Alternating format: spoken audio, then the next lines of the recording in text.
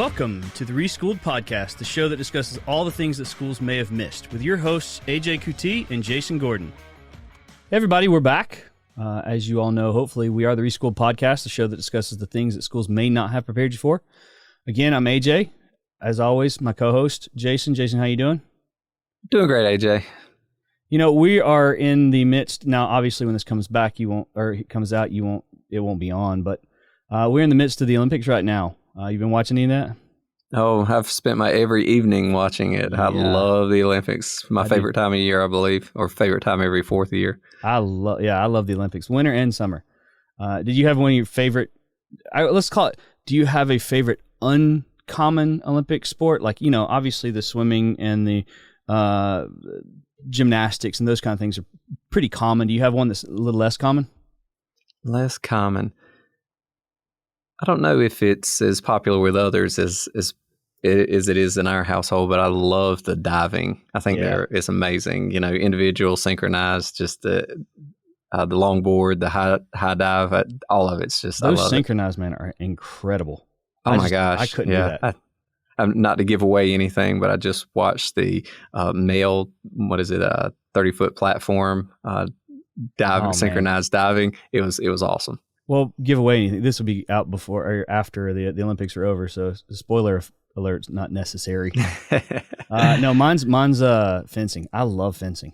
I don't know. That's a great sport. I've never done it. I guess the more I watch it, the more I wish I would have done it. But it's incredible to watch them. Oh yeah, that would have been so much fun. Like I say, I've never done it either, but it just looks like it was a blast. I would have gotten so much trouble with them swords. Like a Dumb and Dumber scene where you walk up behind somebody and just strike them with it.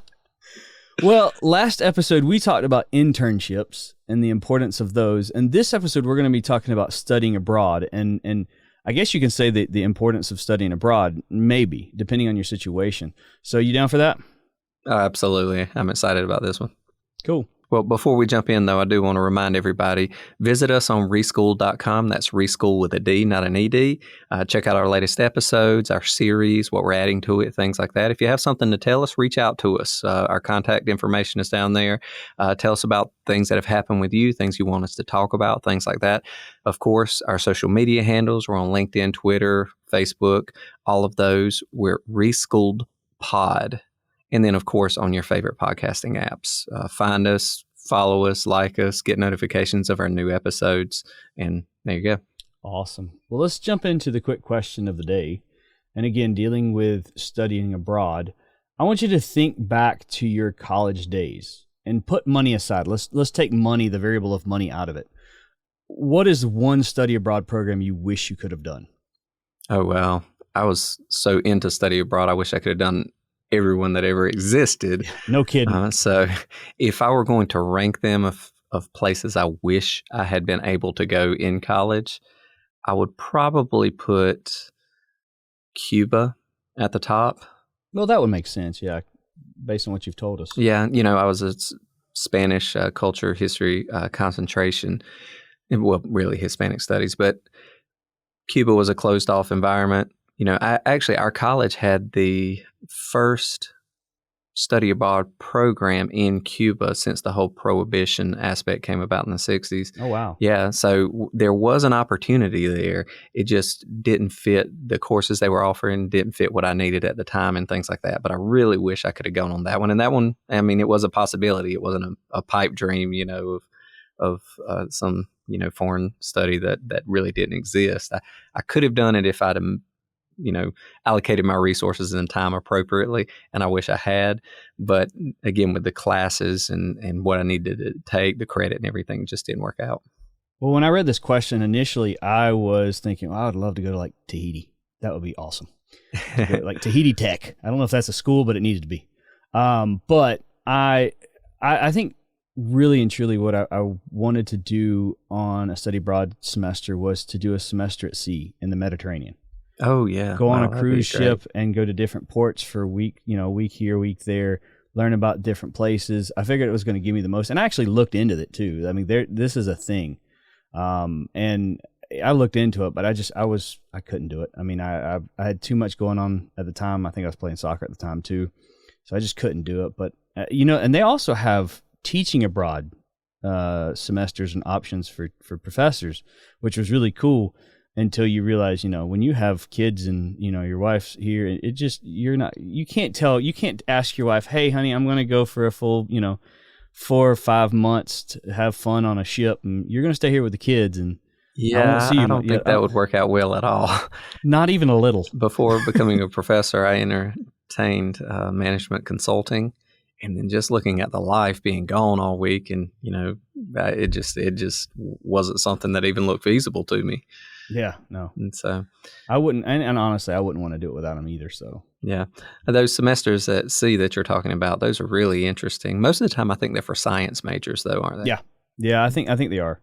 But there's just I thought it was just so cool. And granted, I took chemistry for 2 years too, so kind of fell in some way with that. So I was this close to going on one of those work abroad programs after college that allows you to teach English.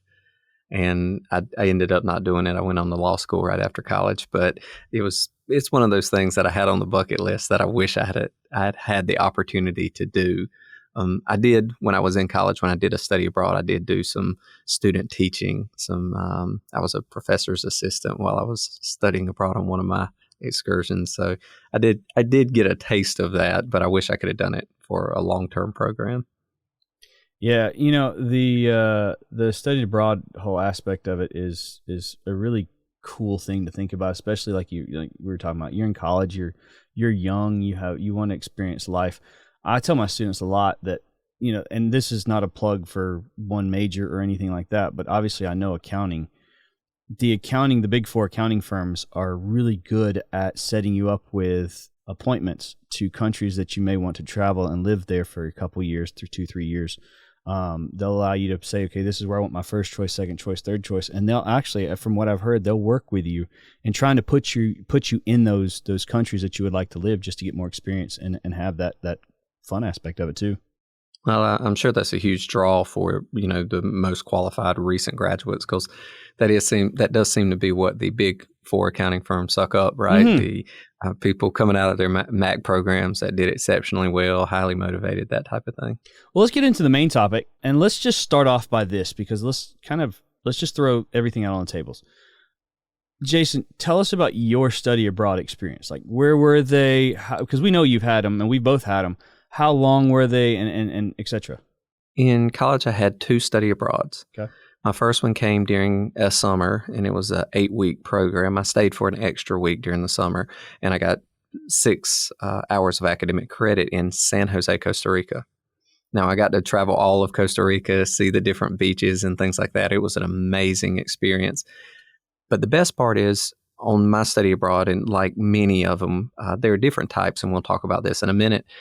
I got to live with a local family, right? And 2 parents and there were actually 3 kids at the time. One was just a baby. But living with the family, experiencing the culture, going to the different historically or culturally relevant sites, and in Costa Rica, particularly natural sites. We went to a couple of volcanoes, that type of thing, as well as the beach. Oh, yeah. It was amazing. And then, economically, important places like, the banana plantations and the coffee plantations and things like that. So it was amazing. Once again, I studied language there because I was a Hispanic studies language culture major. So it fit into what I was looking for. Those types of study abroads may not fit in with everybody, right? Depending on your major and concentration and things like that. But it fit in well for me. And then later on, I went to a semester-long study in Santiago, Chile. And once again, I lived with a family. It was just 2 parents. They didn't have any kids, and we lived in the city. We did go to different parts of the country, traveling together as student groups, right, to see the things, again, of cultural, literary, and natural significance and things like that. So it was an amazing experience, both of them. But both of them, like I said, fit within my major concentration.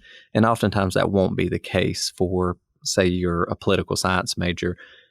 The study abroad, all of the classes may not fit into your major, right? So there is some some finagling that has to happen there to make sure the class credit that you're getting and what type of study abroad you do and things like that fits within your course of study, whether it's your general education requirements or it's your major.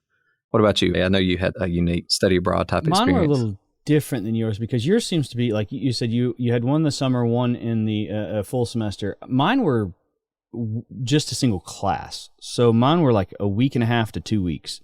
We spent time in the classroom for the majority of the semester, and then at a 2-week period towards the end, we left to go on the trip. So it wasn't that we got multiple course credits. We got 1 3-hour class credit because that was just a part of the class. So we did a little bit of learning of where we're going. One was in France and one was in Brazil. And so we got a little bit of learning of what the culture was like and what we'd be doing and getting presentations together and stuff like that. And then we went on the trip and then we experienced it and we came back and kind of did a report on what we did. And it was a lot of fun. It was very different than the full semester. So we didn't get completely immersed in it for a long period of time. So the language, we didn't get as much, which granted, Brazil, they speak Portuguese. I remember a little bit of Spanish back from high school. So there's a lot of similarities. Obviously it's not the same. There's a lot of similarities. So I was able to understand a little bit. But when I went to France, I went with my best friend who was born in France too. He was part of that class. And that was nice because, again, we have almost like a personal translator, but he was able to take us to places that we weren't expecting, the non-touristy places. And that was just a really cool side of France to see, not just all the typical tourist stuff in Paris and whatnot. So, which, talking to you, hearing what you're saying and then what I'm saying too, it brings us to a great point for everyone to know is that all study programs are not the same. Oh no, they are dramatically different based upon, all factors, your school, your concentration or major, what classes you're taking, that kind of thing. Yeah, because you have like yours, you actually had multiple classes that you took in yours. Yeah, particularly during the semester. It was a full semester. I had 15 credit hours that I took while I was there. The summer study, because it was 8 weeks, I got 6 hours academic credit for it. So yeah, see, for mine, because it was only a 2-week period, I only got 3 hours, which was already within a class, and I just took other classes to get my 15 hours for that semester. So you can take a study abroad that is for a full semester and you get multiple classes out of it, or you can take a class that has a study abroad section in it and get just the credit hours for that class, and then you're just doing your normal work as well. Sure, there are lots of formats. I mean, we honestly, during this episode, we need to go through some of the more common formats, right? To let people know how it could fit. We can't tell you about exactly how it's going to fit into your concentration or your major, but there are ways that you can scope almost any internship experience into college credit that will help you in the future, that will move you towards graduation as well, regardless of the type. Well, let's talk about the common types. Okay. So what would you say would be the common types? Well, first I would say is traditional. The one semester you go and you take all your classes at a foreign institution. Now, let me qualify that a little bit. Most study abroads in that way. Some colleges have foreign campuses, right? Your school may have an agreement with a foreign school or just a town or whatever where you hold classes there. That was the situation at my college for a Spanish town. They owned a building there. They would send students every semester, and professors from our college would go and teach there. Our students, our professors, just in a foreign land, right? There's also the scenarios like where I did in Costa Rica, where you go to a foreign university where you take classes from their professors that are primarily oriented towards foreign students. And then if you're proficient in the language, you may even be able to go to the foreign institution and take their classes, right? Classes with their professors in their college that simply transfer back. There's a language barrier there. So for even for someone like me who was a language major, the level of language that you have to show to take college level classes in a foreign institution is pretty difficult. But if you're English speaking and you're going to a place where they teach in English, well, that's obviously a possibility. Okay. So that's the traditional semester long, right? You have those options. But there's so many different types of programs, like the one you took at AJ. Yeah. Well, and I was going to say this too. You were just talking about something that was really it just popped in my head because this is one of the things we teach in class. And if you're a business major, probably a business major, then these words are probably going to mean something to you. You probably heard them before. But really, what you're just saying is it's like offshoring and outsourcing. Yeah. You have some of them that are outsourcing to other colleges and their professors teaching it, and then you have some that are offshoring it, which is the same college. They're just sending it to a different country. And so, yeah, there's those. Mine was 2 weeks. Mine was, like I said, it was a section of a class. It wasn't an entire class. So ours was, okay, here's the first, let's just call it was a full semester. So, the first, 10 weeks or so, it was us going through the class saying, okay, here we're going. This is where we're going. Here's where we're staying. Here's what we're doing. And then now that we have all this stuff and we kind of understand a little bit of what the culture's like, then let's really hone in on what we're going to be doing. Let's start putting things together and figuring out what we're going to be doing and all that. And then we would go, and then when we get back, we would do a report on what we actually did. And so it was really nice if you didn't want to, if you didn't want to stay away from home or you didn't want to stay in another country for a full semester. It was just really nice to be, I would almost say that the 2-week programs or the week and a half programs that are part of a class is more of you get more of the tourist side of it instead of the completely being enveloped in the culture. You just get kind of the more tourist side. So you see the tourist attractions and stuff like that. You're not living with somebody. It's just you get to experience for a short amount of time. Part of me looks back and thinks, what you did when you went for a full semester, part of me thinks that would be awesome because I do love the culture side of it. Like culture is one of my main things why I like to travel. But I guess at that time when I was going through this, I thought, okay, just a 2-week period was fine with me. On top of yours, though, they also have ones that last for a full year. Yeah. And those are more built just like the semester-long program. You tend to have the break in the middle and things like that. It's simply you're staying for 2 semesters. Yeah. The classes are just lined up.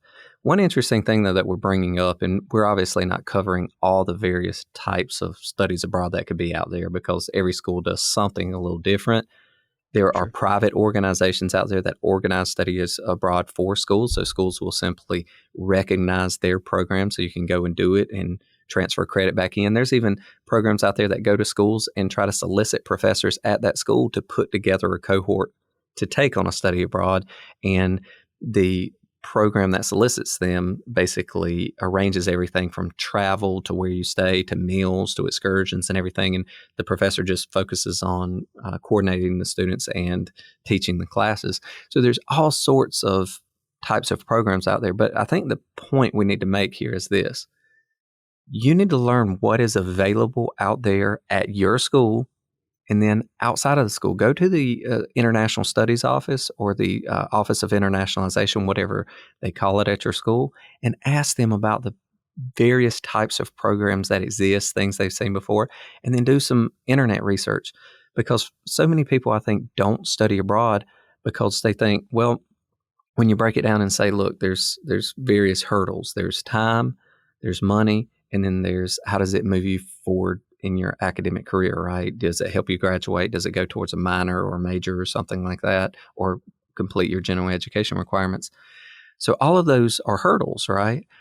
These various types of programs make it more accessible to anyone because you can kind of tailor it to what you need. Like in your situation, you're playing soccer. You might not have had time to go for an entire semester and be gone, right? And obviously a foreign study for an entire semester is probably a good bit more expensive than enrolling in just one class or to, take a Maymester or whatever where you get 3 hours academic credit for a class and you go for a month. That's going to be less expensive than an entire semester, right? And trying to fit one study abroad class in there may fit better within, say you're not a major in foreign language or foreign studies, so you have to figure out how to fit classes in there that are going to satisfy your general education requirements, or maybe you take on a minor while still balancing all the major classes you have to take.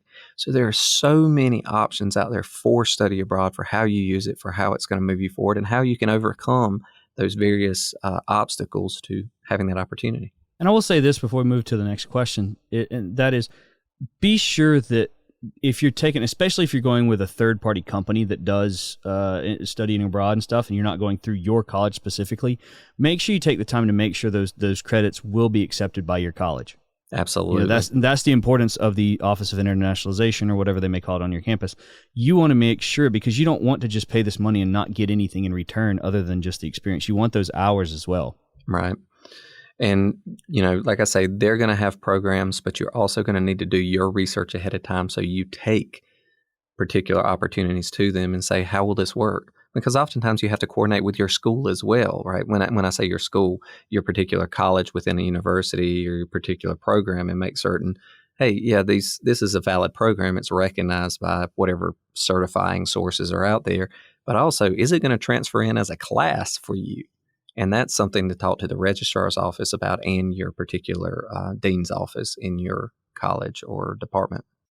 Well, what does studying abroad do for students? Like, how can studying abroad help their futures and careers outside of, I'm going to a foreign country and this is going to be really fun? Oh, that's a great question, because, I'm the biggest proponent in the world for study abroad. I think it's the most amazing thing ever. And I'll tell you about, my reasoning behind that. But there are several things it can accomplish. One, it can satisfy some classes. Two, it can give you specific skills, particularly in the area of foreign exposure, or language ability, things like that. But three, it is transformative in many ways to be exposed to environments where you're not familiar, right? To be exposed to other cultures, to other ways of living, to other people's lifestyles and how they view the world, right? Because people's general orientation in society is different across cultures. And until you travel somewhere and you experience that fully, how society operates in a different way. Everything from what time people get up in the day and start work to what time they end, how they address mealtime, how they address family time, their work-life balance, how they see their obligations in terms of time preferences, social distancing, things like that. All of these cultural aspects are fascinating. And to see it as a whole, right, that is accepted largely, that when you bring in something different, you're the stranger. You're the one who is outside the norm. You're the one who doesn't necessarily fit into that. So, in particularly, if you combine that with studying a foreign language, all of that does so much to expand your mind, to expand your understanding, your appreciation of other environments. And it instills empathy. And in my mind, empathy is the number one aspect of growth as an individual, because it allows you to understand where another person is coming from, or at least feel, how another person feels in a given situation or scenario. Yeah, you said it. All the stuff that you said about, the course hours, the experience. To me, the last thing that you just said, you were explaining, is the single biggest thing for me, and that was the ability to experience culture, to see culture, to learn culture, and understand how to work with different cultures, getting the empathy. Understand, especially again in the business world, a lot of businesses are international, and you're going to need to know how to work with different cultures. There's a thing where, some cultures have a very small range of comfort, how close you are to somebody, whereas other cultures, they have a very wide range. So you don't want to get too close to those people because it may make them uncomfortable. Understanding that allows you to take that and put that into use when you are interacting with that person or that whatever that culture may be, and it allows you to become a more well-rounded person. You can see things in a different light. I'll tell you, and another thing that stood out to me as much as anything is people's understanding of time. Yes. In most of your Hispanic countries, they are not as dedicated, I will say, or they're not as focused upon making certain their own time for everything, or being as tied to a schedule as we are in the U.S. In the U.S., if we say we're going to be there at 9 o'clock, people start getting a little testy if you're there after 9 o'clock. Well, you tell at least in the Hispanic countries I visited, and I visited quite a few, the general tendency was, if I say I'll be there at 9, maybe I'll be there at 10. Maybe I'll be there at 11. It's just Holy cow. A very loose interpretation, and that is the expectation. Right. Yeah. Actually, if you show up on time, sometimes people aren't ready for you, that type of thing. And it's just a different cultural element that is built up over the years, and it's nothing strange. It's nothing different. But at the same time, where we expect to go home at 5, 6 o'clock in the evening, that's not the expectation there. The work day is generally more fluid throughout the entire day, and work will transfer on sometimes well into the night. But the whole concept of work is a little bit different. How you use your time, whether you're doing the hard tasks that have to be checked off the list, or you're spending more time building relationships with clients or internal team relations and things like that. So it's just a completely different cultural understanding of what the workday is and what it means to spend your day engaged in employment. So that was something so fascinating to me that would transcend any language or specific, lifestyle elements. It's something that would be applicable to anyone. Now you start seeing scenarios where people from different countries begin to work together, whether you're working there or they're working here, having some level of appreciation for the cultural differences and the ability to recognize that these cultural differences exist, that if you deal with somebody from a Far East Asian country or Eastern European country or an African country or Hispanic America or a Nordic country type scenario, how you begin to look for the differences. You begin to appreciate the need to understand these cultural differences and the differences in mindsets that you see that accompany those. Yeah, I will say one of the things that I saw in France a lot that really shocked me compared to our culture over here is, if you get up in the morning and you got to run to the grocery store, if I had to do that, I'm probably going to throw on a pair of gym shorts, a t-shirt, and just run, maybe some flip-flops and go. Over there, I never saw a single person out in public in like what we would consider just running out clothes. It was always they were dressed really nice. They had some kind of dress clothes on and they were walking to wherever they're going. They dressed up everywhere they went. And it was a big shock for me because, like I said, for most, students come into my class in pajamas.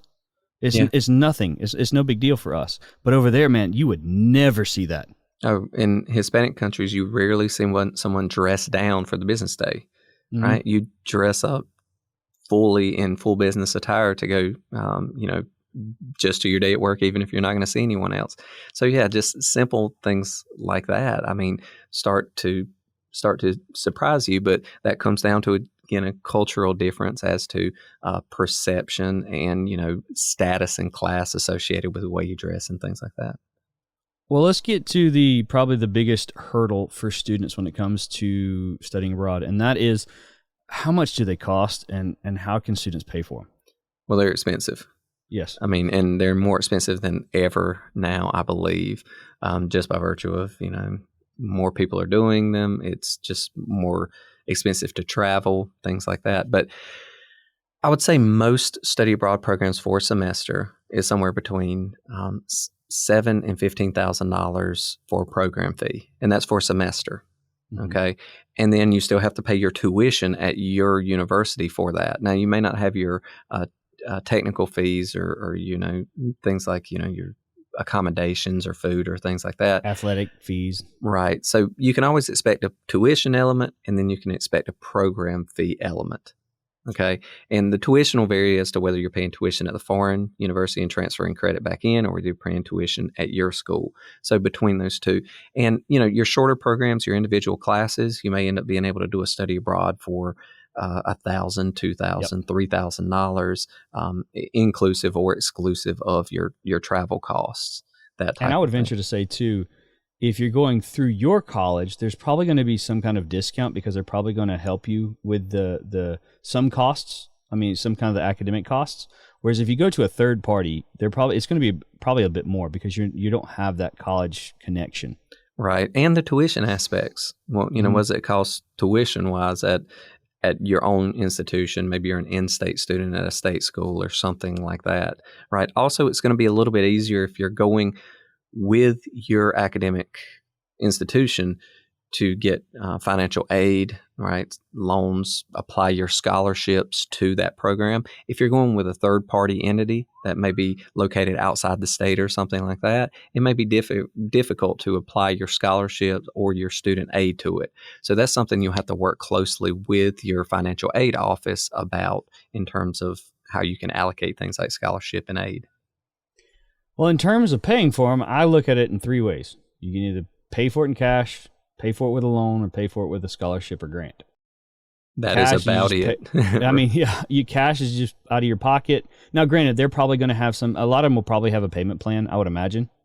But you're still paying for it. Loans, you're going to get some kind of loan, whether it be subsidized or unsubsidized student loan. And then scholarships. There are scholarships out there for students and grants for students to go on study abroad programs. But they're more, I guess you would say, they're more few and far between because there's few of them and there's a lot of people going for them. So, there's different ways. I think ours, again, mine was only a week and a half to 2 weeks, so it wasn't a lot. It wasn't enough to take a loan out for. So I ended up paying for it in cash. How about you? Did you get loans or Mine was a combination of all three. Okay. So I had scholarships that primarily covered tuition and a little more towards room and board and books and things like that. And I was able to apply that for the tuition portion and have a little bit left over for money for food and to buy my books and stuff there, that type of thing. But in terms of the program fee, that was outside of the norm. So I worked all through college, so I was able to save up money towards that. And then particularly on the foreign study, I took out a student loan for a few $1,000s to cover the difference. It was well worth it. Interest rates were great back then, type scenario. So combining the three worked for me. Yeah. And by the way, that range that you gave to the 7 to 15,000, that did not include spending money. No, I mean, you're going to want the spending money. You're going to want the eating out. You're going to want to have fun and stuff like that too. So that's you're talking another probably, depending on how long the program is, could be a few $1,000s easy. Absolutely. There, like we said, the real value there is the overall experience that you're getting, the exposure to the culture and how it forms you as a person. Without those private excursions, right, where you go and you visit places and you see things and you do things, those things cost extra lots of times. There'll be some of it included in your program fee, right? But the daily life, the going out to everything from going out to a cafe to going to the grocery store and buying food to just visiting neat places around the town you're staying in, that type of thing, it's going to cost you more money. So I am a fan of taking student loans for an experience like that. I believe the return is well worth it, right? Yeah, what you get out of it versus what it costs. But you do have to be aware that that's something you're going to have to contend with. Last question. Outside of finances, so again, let's take finances out. What are some other hurdles students can come across both applying to a study abroad program and while they're in the program? Okay, I mentioned them earlier, right? But there are a few more on. So let's start with the academic side. So to start with, sometimes you have to apply to the programs, right? They're not open to everybody. You might have to have a certain prerequisite number of courses taken. You might have to have a certain GPA or something like that. You might have to enroll in a course, right, and get the instructor's signature to be in the course that leads up to the study experience, that type of thing. If you're going with a foreign group, if you're going with a group outside of your college or something like that, there may be a finite number of spots. So it's a first come, first serve thing. That's true inside your university as well, right? They can't expand it exponentially. So, just timing wise. So there's that. There's getting into the program, that type of thing. Then are the classes going to count, right? Lots of times these classes are general education requirements for people. If you're just taking a social science class like the history and culture of the place you're going, and that satisfies a history requirement, where if you've already taken your history requirement at that school, is it going to count for credit? Or is it just going to be an unused class towards graduation type scenario? So you have to see how it's going to fit academically within your course of study. Will it fit in general education? Will it fit in electives? Will it fit in your major or concentration classes? Or will it fit in a minor that you've decided on type scenario? So academic hurdles, those are two major ones. Yeah, I would say my hurdle is more in the while they're in the program, not applying for the program. And that is students may have a tendency or a lack of discipline to actually do the coursework and not play the whole time. Again, yes. Go back to like if I was able to go to Tahiti Tech for a study abroad, I probably wouldn't have my sole focus on studying the whole time. I mean, you're in an island it's beautiful, and I like the beach. And so I probably wouldn't be focusing on studying a whole lot. And even if I was studying, I would probably be studying on the beach, and I probably wouldn't get much out of it. So that was a major issue for students when I studied in Costa Rica, right? It's a beautiful tropical country. It has volcanoes, natural hiking, plants, animals like you've never seen before, and then the beaches are just phenomenal. So to stay dedicated towards your mission of learning Hispanic language and culture is a little bit difficult. I'm not going to lie. And I've said many times on this show that I lacked that discipline. I lacked that discipline through college. So I know that would have been bad. Well, I was extremely disciplined going in, and we had a fun group there. There was a lot of nice people and things like that. But I separated myself almost completely from our study groups. I went on the weekend excursions and things, but I refused to speak English at all the entire time. Oh, wow. So I spent almost all my time with the family. So immediately after school, I left the group and went home. The group would go out to bars and spend the evenings drinking and doing all kinds of fun stuff. But I was so intent on learning the culture and things, I would go back to the home, spend the time with the family. I actually went to the school of the kids a few times. Oh, wow. They would take me to parks in the evening. They took me to museums. They took me to see everything. I had an amazing experience there in terms of that. And still, even when, it was frustrating to other people when not being able to speak the language extremely well at the time, I was just so focused on it that I was the one weird guy who would just speak in Spanish the entire time, even with the American groups when we were going places. And I would kind of stay off to myself. I would just kind of associate with our guides and stuff like that. And, it was just, I made it into a real learning experience more than just a fun and play experience. So I'll end on this now. I'll give you my experience, one of the funniest experiences I had when I went to France. So we went to France. We went to Paris for a week, and then we went to another city that was right close to the German border for the remaining week. We did a whole bunch of stuff, but we met with these families. So we're in France, and one night they decided, we're going to take you out to eat, so we're going to take you across the border to Germany. I thought, that's really cool. We're going to go eat some German food.